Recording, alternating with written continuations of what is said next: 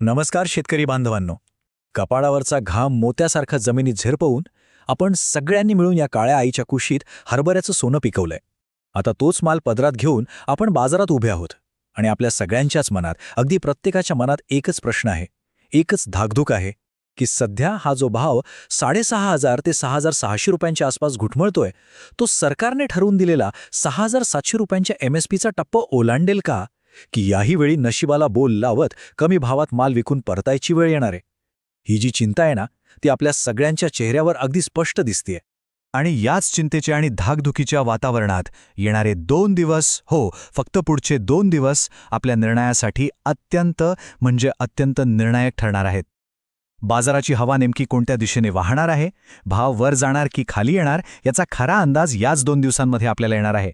त्यामुळे आता माल विकायची घाई करायची की अजून थोडा धीर धरायचा, याचं उत्तर शोधायचं असेल तर बाजाराची नाडी ओळखणं खूप खूप गरजेचं आहे. पण मग सगळ्यात मोठा आणि खरा प्रश्न हाच आहे की हा निर्णय घ्यायचा तरी कसा. कुणीतरी काहीतरी सांगितलं, बाजारात काहीतरी अफवा आली किंवा भीतीने घाबरून जाऊन निर्णय घेणं म्हणजे आपल्याच कष्टावर पाणी फिरवण्यासारखे नाही. तसं करून चालणार नाहीये. आपल्याला गरज आहे ती सखोल, प्रत्येक बाजूने विचार केलेल्या आणि आकडेवारीवर आधारित विश्लेषणाची. तर चला, आजच्या या सविस्तर चर्चेत आपण बाजाराचा प्रत्येक कोपरा तपासूया, प्रत्येक गोष्ट समजून घेऊया आणि मगच एक पक्का निर्णय घेऊया. हे विश्लेषण सुरू करण्यापूर्वी एक छोटीशी पण तितकीच महत्त्वाची आठवण. जर आपल्याला रोजच्या बाजारभावाची अचूक माहिती अगदी वेळेवर हवी असेल तर आपलं ग्रो माय फार्म चॅनल आहे ना, त्याला सबस्क्राईब करायला अजिबात विसरू नका. चला, आता जराही वेळ न घालवता आपण थेट आपल्या आजच्या मुद्द्यावर येऊया. तर आज आपण काय काय बघणार आहोत. सगळ्यात आधी आपण बाजारात दरांमध्ये एवढा फरक का आहे ते समजून घेऊ. मग 6400 आणि 6,700 या आकड्यांमध्ये असं काय दडलंय ते पाहू. त्यानंतर सरकारची भूमिका काय असू शकते आणि बाजारावर त्याचा काय परिणाम होईल यावर बोलू. आणि या सगळ्याच्या आधारावर आपली रणनीती काय असायला हवी यावर आपण सविस्तर चर्चा करणार आहोत. चला तर मग आपल्या विश्लेषणाच्या पहिल्या आणि खरं सांगायचं तर सगळ्यात महत्त्वाच्या भागाकडे वळूया.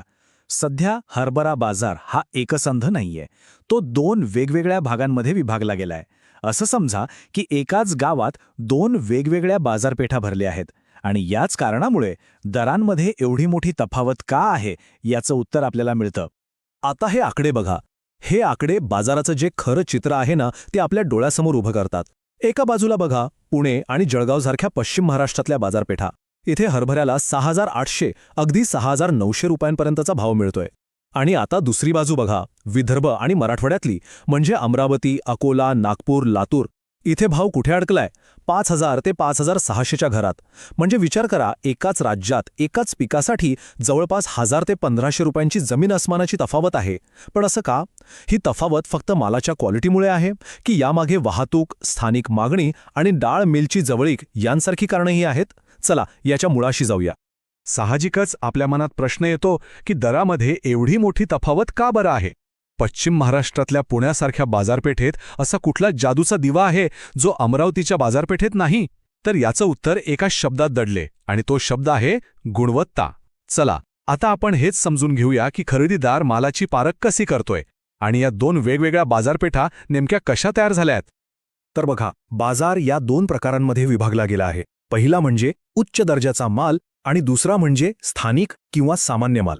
याला आपण आपल्या सोप्या भाषेत प्रीमियम क्वालिटी आणि ॲव्हरेज क्वालिटी असं म्हणू शकतो. आता उच्च दर्जाचा माल म्हणजे काय?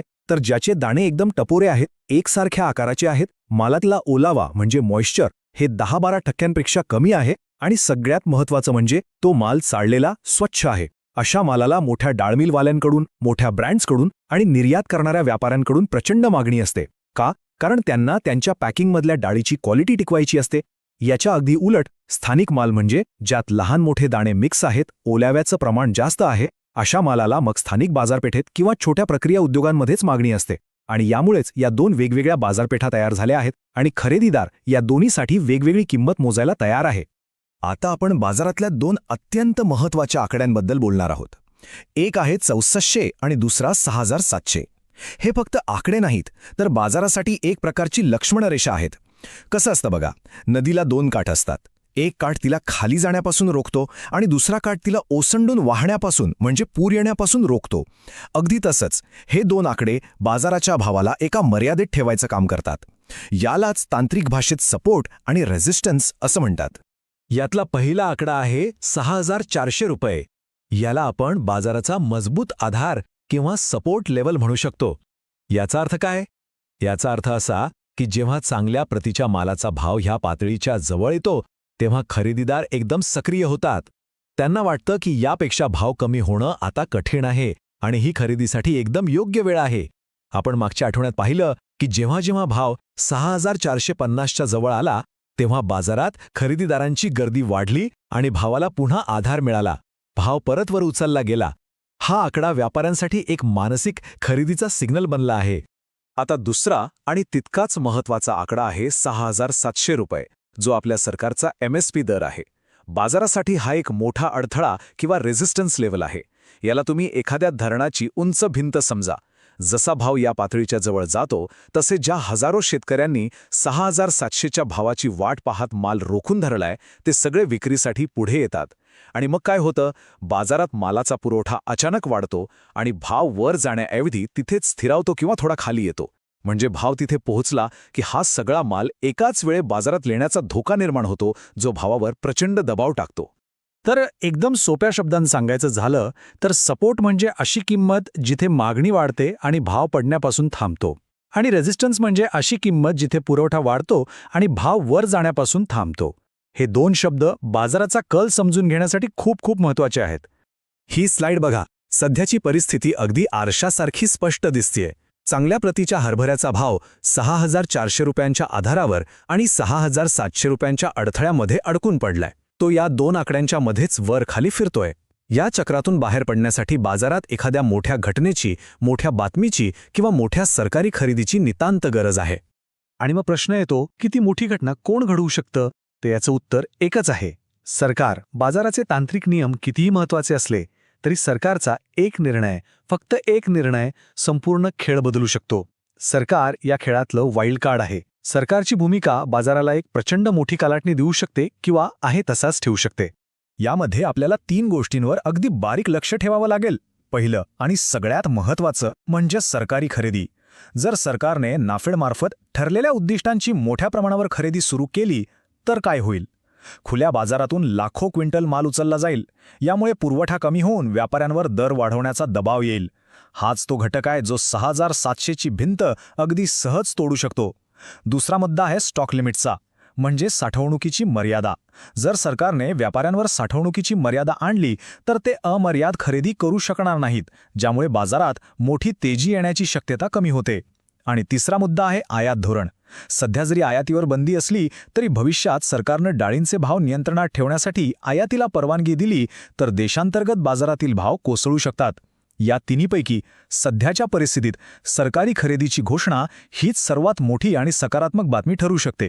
चला, आता या सगळ्या माहितीच्या आधारावर आपण आपल्या सगळ्यात महत्त्वाच्या प्रश्नाकडे येऊया की आपण काय करावं? आपली रणनीती काय असायला पाहिजे? माल विकावा की अजून काही दिवस थांबून राहावं? चला, वेगवेगळ्या परिस्थितीनुसार काय निर्णय घेता येईल ते सविस्तरपणे पाहूया. पुढच्या 2 दिवसांचा अंदाज जर आपण पाहिला तर 3 शक्यता दिसतात. पहिली आणि सर्वात जास्त शक्यता म्हणजे जवळपास 60% शक्यता ही आहे की भाव 6400 ते 6600च्या दरम्यान स्थिर राहतील. दुसरी शक्यता म्हणजे 30% शक्यता ही आहे की चांगल्या प्रतीचा माल विशिष्ट बाजारपेठांमध्ये 6,700 ते 6,800 रुपयांपर्यंत पोहोचू शकतो. आणि तिसरी अगदी कमी म्हणजे फक्त 10% शक्यता ही आहे की जर बाजारात मालाची आवक अचानक खूप वाढली तर भाव तात्पुरता 6300 पर्यंत खाली येऊ शकतो. याचा सरळ अर्थ काय? तर पुढच्या 2 दिवसात भावात मोठी उसळी येणं थोडं कठीण दिसते. मग या परिस्थितीला सामोरं जाताना आपली रणनीती काय असावी? बरं, आता आपण पहिल्या प्रकारच्या शेतकऱ्यांबद्दल बोलूया, ज्यांना पैशाची तातडीची गरज आहे, ज्यांना पुढची पेरणी करायची आहे, घरात काही कार्य आहे किंवा इतर कामांसाठी पैसे हवे आहेत. अशा बांधवांनी एक गोष्ट लक्षात ठेवावी, पूर्णच्या पूर्ण माल विकण्याची घाई अजिबात करू नये.